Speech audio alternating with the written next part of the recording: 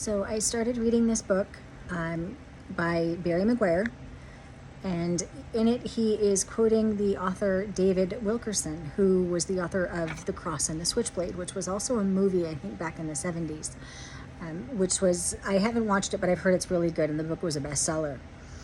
But over the span of their friendship, they wanted to open a church in Times Square. And so they're looking at property, and they came across this Mark Hellinger Theater that was the flagship of Broadway theaters that had fallen on hard times. And even the price of that, even though had fallen on hard times, so it was probably ramshackled and needed a lot of upgrades, it was still out of their reach.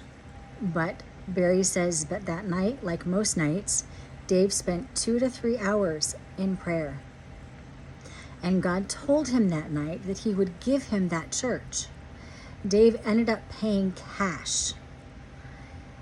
And he says, I love this quote from Dave. And this is what I wanted to share with you because I love this too. And it's a great reminder for us to remember to spend time with the Lord.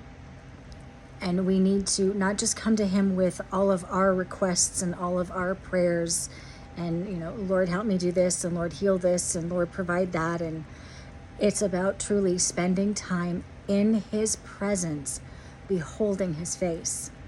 And David Wilkerson says, before I try to attempt anything for God, I've got to come out of his presence. I've got to come out with something I've received in his presence that is changing me. I have been changed. I have not gotten this in a seminary. I have not gotten this from man. I got this alone from Jesus, beholding his face. So it was just a great reminder that we really need to make sure that we are truly spending time in his presence. It's not just about, again, coming to him with all of our prayer requests, but it's about ruminating on his word, really marinating on his word, and just soaking it in and spending that time where we need to truly shut up and be silent and wait for him to speak. So often we're speaking so much that he doesn't have a chance to speak. So today, as you start your prayers, or this evening when you go to do your prayers, remember to give the Lord plenty of time to speak. So I hope this blesses you, and I hope you have a wonderful rest of your day. God bless.